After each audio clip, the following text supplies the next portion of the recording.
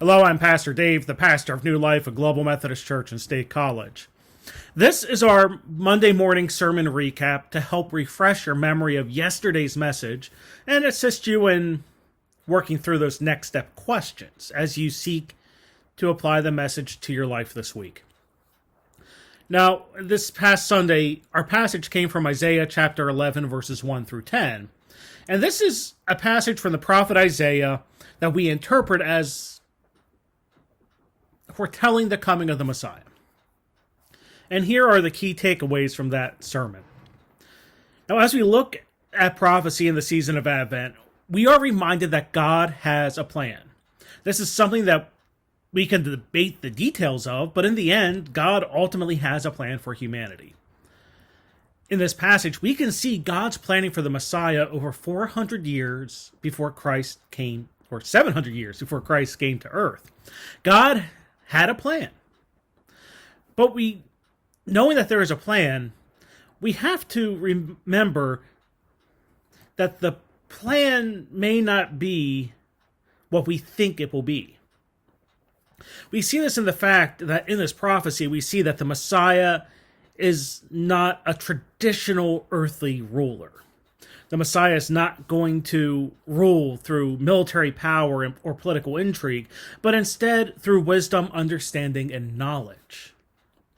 And along the same line, the coming kingdom is not like an earthly kingdom.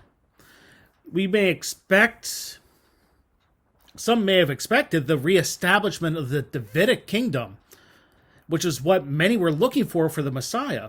But when you look at Isaiah 11, especially verses 6 through 9, we see that this is not a traditional earthly kingdom, but something beyond our broken world. This is the kingdom the Messiah is going to bring.